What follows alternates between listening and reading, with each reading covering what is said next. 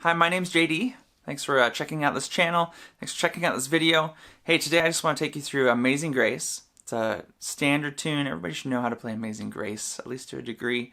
We're going to take you through a lead sheet, meaning a melody with chords on top. If you are brand new to a lead sheet, this is for you. If you're new to playing chords with a melody, this is for you. Maybe you've played for a while, but chords is something you just haven't done yet. This is for you. So stick around. I'm going to take you through some basic steps, taking you from just your melody to a single bass notes to some different patterns that can help really fill it out and make it sound like you know what you're doing. So stick around. All right, step one. What is the melody? Hey, it's not a song if there is no melody. So let's play it real quick. You'll see a PDF attachment. You can follow along. Have the sheet music for you right here, nice and simple. But I'm just going to play the melody for you. It's a pretty familiar tune. Here it goes.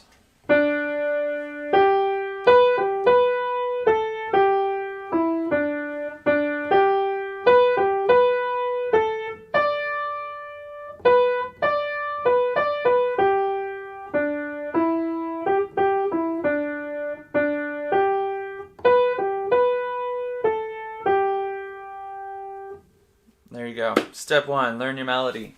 All right, step two, left hand, playing just basic root notes, right? We're taking this like maybe this is your first time playing Amazing Grace. You're just reading your treble clef. Maybe you're not even used to reading a lead sheet. A lead sheet is just that melody with some chords on top, and of course, the music just expects you to know what to do with it. So, what I want to show you is just some steps to kind of work through those. So the first one is our left hand in just like a G position, so meaning pinky on a G, 2 is on a C, thumb is on a D. And basically we're just going to play like dotted half notes. If you see your chords on top, you're going to assume that there's a chord, and if there's no chord in that next measure, you're just going to assume it's the same chord until it tells you otherwise, right? So our left hand, we're going to play beat 1. Unless there's multiple chords, then we're going to play both those. But in this case, it's just on beat 1. We're going to play a note in the left hand every measure underneath our melody playing, right? So it sounds like this.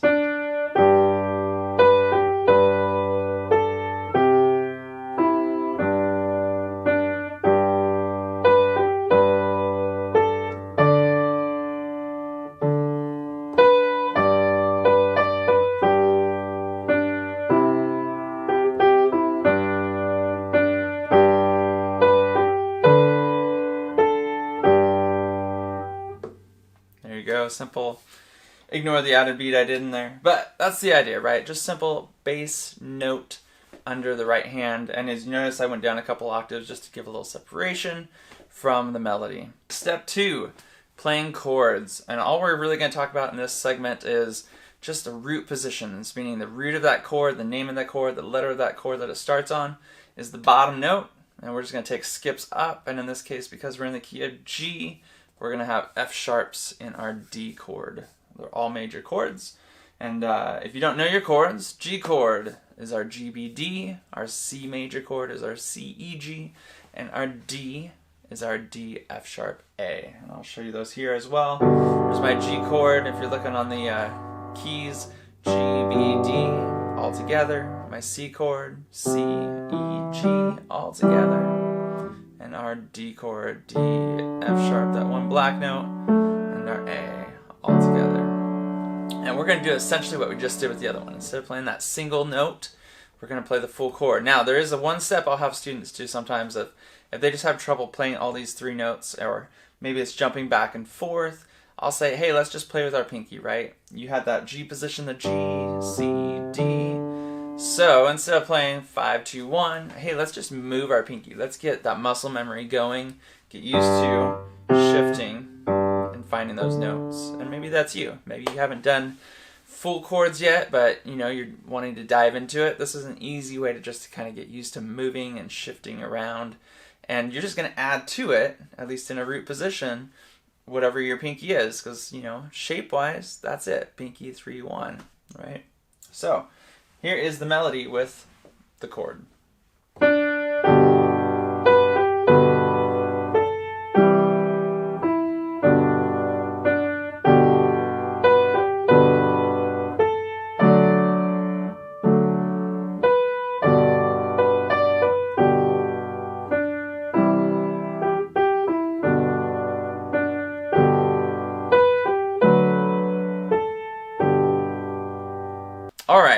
next step, we're going to fill it out just a little bit more. We're going to get a little bit beefier in the left hand. So what we're going to do is we're going to kind of go back to that same idea of just playing the roots, except as octaves this time, right? So my G's, G to G, C's, C to C, D, D to D, right? And that's it. Throw that under your melody, right?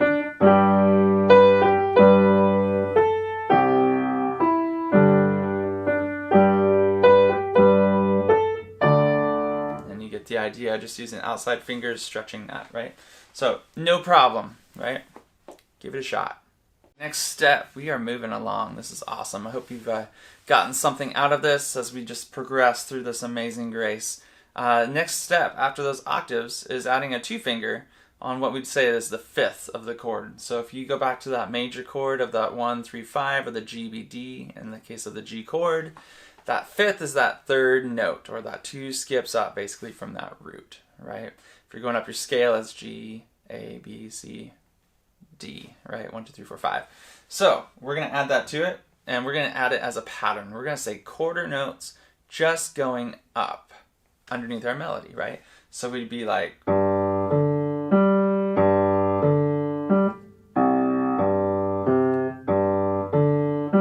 and so forth, right? Take a little piece of the melody here for you so you can hear it.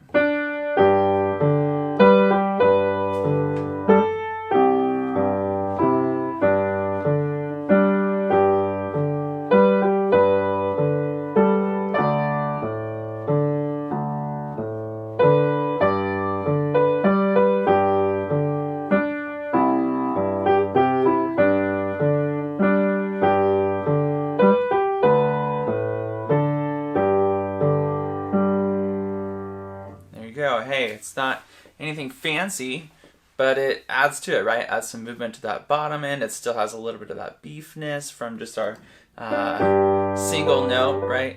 So just add your octave with that 5th, throw that 2-finger in the middle of it, and just 5, 2, 1, quarter, quarter, quarter, right? That's your bass pattern. If you're playing with a metronome, every note in the left hand should just be click, click, click, click, click, click, click, click, on and on and on, right? No empty spaces.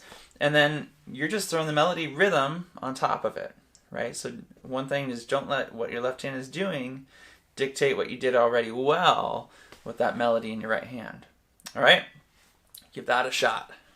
All right, next step to the octave idea, right? So we did that root, 5, octave, and we're going to just add a little bit more to it, right? If you got those quarter notes down, now we're going to say 8th notes, right? We're going to say the same 3 notes plus our 2nd and 3rd above it, right?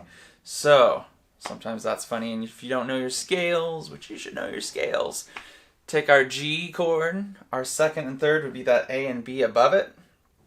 If I'm doing my C chord, it's those same 3 with my D and E above it, and my D chord is the D, A, D as well, with the E, F sharp above it, right? And we're just going to take our 5, 2, 1 and cross over our 2 and add the thumb on top, right? So it sounds like this. Right,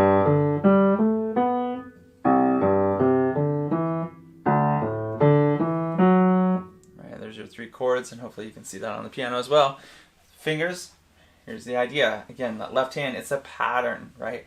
Don't let it change no matter what this hand's doing. Here you go.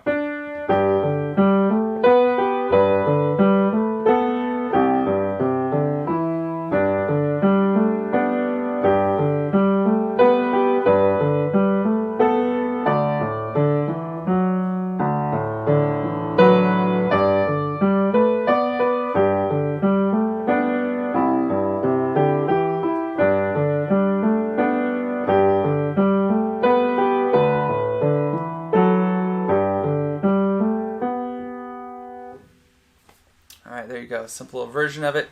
Again, it's more movement, it's filling it out a little bit more. You haven't done anything yet with the right hand, right? All left hand, all roots, all based around those chord tones, right? So keep it up, try that one out, add those next 2 steps. Again, that 2 crosses over with the thumb. And again, keep it in time, right? 1 and 2 and 3. 1 and 2 and 3.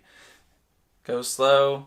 I tell students, if you're not ready yet, put them together and just set it up, right? So get used to setting it up, play it right every time. Means go slow. If you're not going slow and you're messing up, man, back off, back off. You shouldn't mess up, right? Set up, play, set up, play. And speed will come. Speed will come, especially if you're doing it right every time, right? You're building that consistency in there. So keep it slow, keep it even as you can. But again, that evenness, even that speed, it'll come along. Just do it correctly. Get your fingers set together, note together, whatever it should be. Okay, if you've stuck around with me this long, man, that's awesome. I want to add just one more little idea to you, and now we're going to add some stuff to the right hand. So we're going to fill out that harmony even more. We're going to add our melody on top, and what's left of the chord, or the chord tones that aren't being used with our melody, we're going to add those underneath, right? So if it's a G chord, G, B, D, again, if my melody, for instance, in that first beat of the first measure, first full measure, is that G, then I'm thinking, okay, my G is on top, and I'm going to add whatever's left, which is the B and D, right? We're going to put those underneath that melody note, right? This is what all your music, your sheet music tells you to do, right? If you don't know your chords, you're spending way too much money on sheet music, full sheet music, just to play this idea. You got to go learn your chords, go play those shapes of the inversions. And I'm going to just play those really quick here.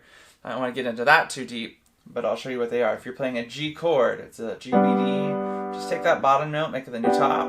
Take the bottom, new top. And one more time, that's my new octave. And you know what? For good measure, bring it back down. The C chord, same idea.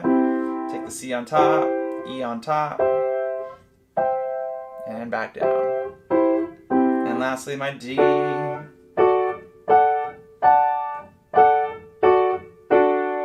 Okay, go practice those. Both hands even, right? So let me show you here real quick. So the right hand, you're going to take that melody in. Now it's going to become melody, kind of these top 2, 3 fingers. Your bottom 2 are really going to become more of like adding the harmony, right? So the fingering kind of goes out the window, at least of what you've been doing with that single note melody. But we're going to add it. And really, left hand, what are you doing with it? You're going to go through all the same steps. Play the single note, play that root 5 octave, try the 8th notes, right? It's kind of just building up. You could play the chord, but really, you're going to add that in your right hand now. You don't need to just play block chords on the left. Go learn the bass patterns. Add this idea, and it's going to really just fill it out. And I'm going to play that full thing for you here in just a second. But just so you get an idea, here's your melody with the top note, and then adding the chord tones below. So we're just going to do it. Every first beat of the measure gets that chord sound.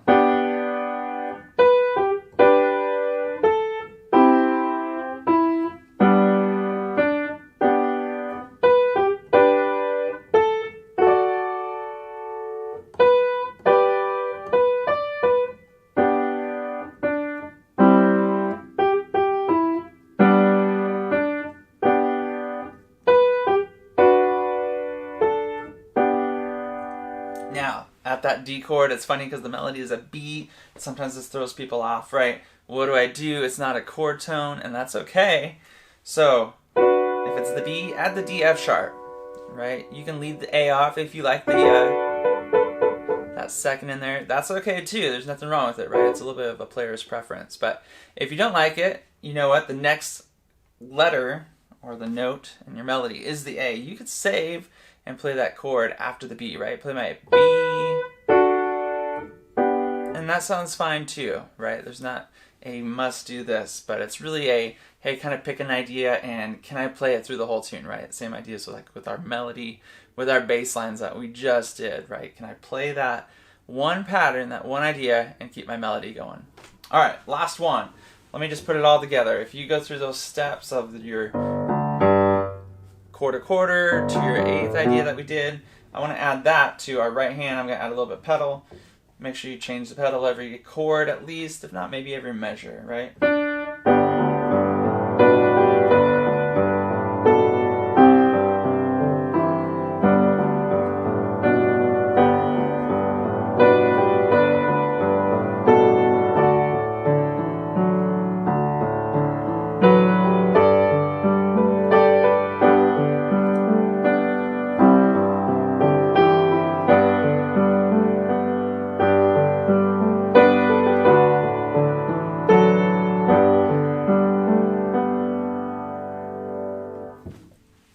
you go. It sounds great. It's simple, kind of simple. You got to work the steps if you're not that familiar with the chords, but it's minimal, right? We're not doing lots of runs. We're not doing lots of any funny grace blues notes, anything like that, right? Just trying to keep it simple, a little bit more harmony, a little beefier in the bass, again, than just a simple root note or a simple chord with my melody, right? So happy practicing, as Peter Martin would say. And man, if you have any comments, helpful comments, things that you got out of this, or maybe some other questions that you just want to ask that maybe I could help address, I'd love to do that. So enjoy. Thanks for listening and sticking around. We'll see you next time.